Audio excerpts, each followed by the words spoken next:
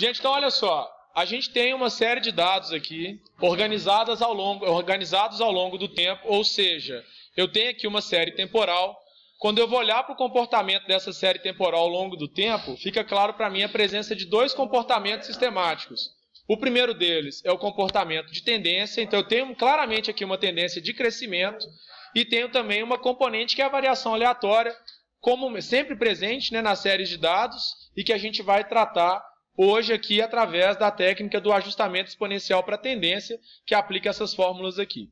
Então, para a gente calcular essas previsões com ajustamento exponencial, a gente precisa de dois valores de alfa, né? Então a gente tem que ter um alfa 1 e um alfa 2.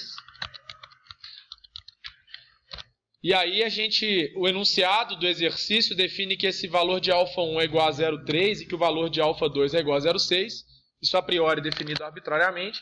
Eu vou usar essa coluna para calcular a componente dada pela média exponencial, essa coluna para calcular a componente dada pela tendência exponencial, e aqui eu vou colocar as minhas previsões. Com base na fórmula, eu vou colocar uma coluna também aqui onde eu vou colocar o desvio absoluto. Já vou preencher o desvio absoluto como sendo o módulo da diferença entre a demanda histórica verificada, né, e a demanda prevista. Ok? Então, no caso aqui, como eu tenho uma previsão igual a 0, eu estou tendo um erro de 12. Tá? Vou arrastar isso aqui até lá embaixo.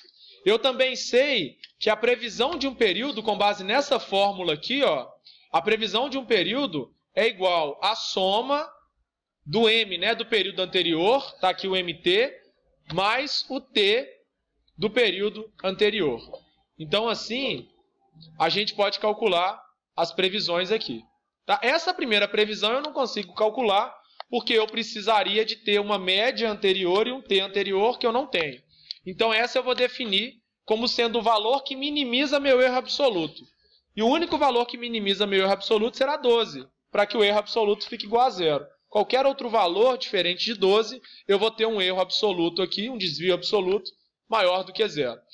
Com a base nesse valor de PI, eu já posso calcular, através dessa fórmula, o MT, a componente dada pela média exponencial. Né? O MT ele é igual à previsão para o mesmo período, ou seja, no caso aqui eu estou calculando o M1, vai ser a previsão para o período 1, mais o valor que eu defini para alfa 1, multiplicado pela diferença entre, pela diferença entre a demanda histórica e a previsão para aquele mesmo período. Notem que aqui não é em módulo. Esse valor pode dar negativo. Beleza? Então aqui, como eu estimei a previsão como sendo igual à demanda histórica, eu vou ter uma componente igual a 12 para a média exponencial. E eu posso, inclusive, carregar essa fórmula até lá embaixo. Como a gente tem hábito de trabalhar com arredondamento em duas casas decimais, eu vou colocar aqui uma fórmula do Excel que arredonda com duas casas decimais para que a gente tenha um resultado análogo. Né? Então, ok. O T eu não posso calcular para o primeiro período, porque notem que na fórmula do T eu uso aqui um T do período anterior. Como eu não tenho um T do período anterior, eu vou fazer a escolha do T que minimiza o erro absoluto da segunda previsão. Notem que hoje a previsão está com erro igual a 6. Por quê? Porque ela é soma da média anterior mais a tendência anterior. O valor que eu posso colocar nessa tendência aqui, que minimiza o meu erro, qual será? Será 6. Aí eu fico com o erro zerado lá. Tá certo?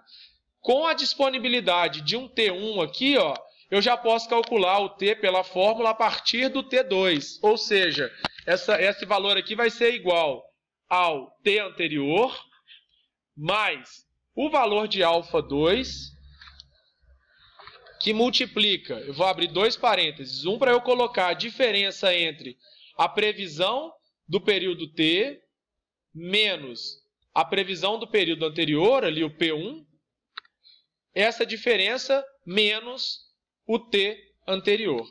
Então essa equação aqui, ó, nada mais é do que essa fórmula aqui escrita. Ok? Então, assim, eu calculo o meu T e eu posso, inclusive, calcular o T para todos os períodos aqui para frente. Vou também aplicar aqui um arredondamento com duas casas decimais para que a gente tenha os resultados iguais aí.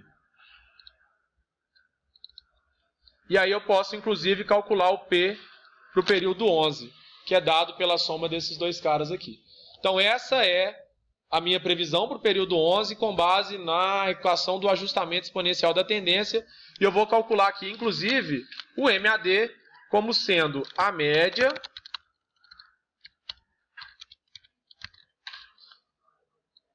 dos desvios absolutos aqui. Se eu quiser ser muito honesto, eu posso, inclusive, retirar esses dois valores aqui, ó, porque eles eu usei valores que eu defini arbitrariamente com base nos dados históricos. Então eu posso colocar lá como sendo MAD. Ok? Bom, mas a gente ainda está com a desconfiança com relação a esse alfa. Então a gente pode aqui, e deve, né, escolher um valor de alfa que talvez consiga me dar um resultado ainda melhor do que esse, porque esses alfas foram definidos arbitrariamente. Para fazer isso, primeiro, eu vou voltar aqui com a média do desvio absoluto, considerando aqueles dois valores, porque uma mudança nos valores de alfa vai envolver mudanças aqui também, tá? Então eu vou deixar esses valores aqui no cálculo da média e vou, usando o Excel, eu vou lá na ferramenta que é o Solver, tá? E vou definir como meu objetivo o MAD, a célula onde está o MAD. Objetivo esse que eu quero minimizar. Lembrando que o MAD, quanto menor, melhor. Então eu defino o MAD e vou dizer que eu quero obter esse MAD alterando os valores de alfa 1 e alfa 2. Tá certo?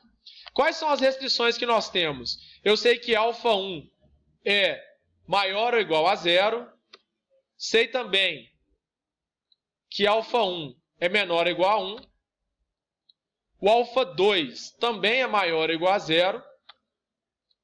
E o alfa 2 também menor ou igual a 1.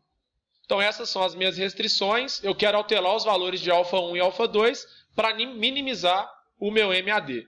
Eu tenho aqui algumas técnicas à disposição. Vou tentar começar com essa não linear.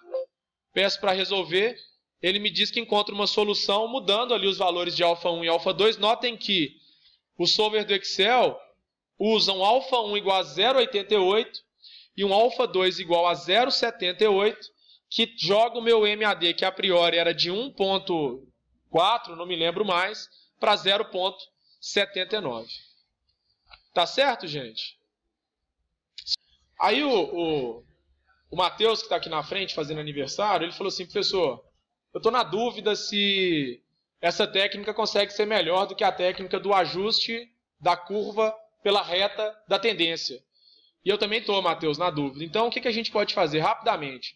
Eu posso pegar aqui a série de dados que a gente tem, clicar com o botão direito e pedir para inserir a equação da tendência, né, com aquela ferramenta lá do Excel que a gente sabe calcular através da fórmula dos mínimos quadrados. Então, eu inseri aqui a equação da tendência. Ela me deu esse y igual a ax mais b aqui, ó, que eu posso usar para calcular uma outra previsão. Então, por exemplo, a gente colocaria aqui uma célula, uma coluna, para fazer a previsão com a técnica com ajuste de curva da tendência. Eu vou substituir o valor de x aqui, ó, pela coluna onde eu tenho os valores de x, que no caso é o 1. Deixa só eu tirar esse espaço aqui, porque ele não entendeu que era uma fórmula.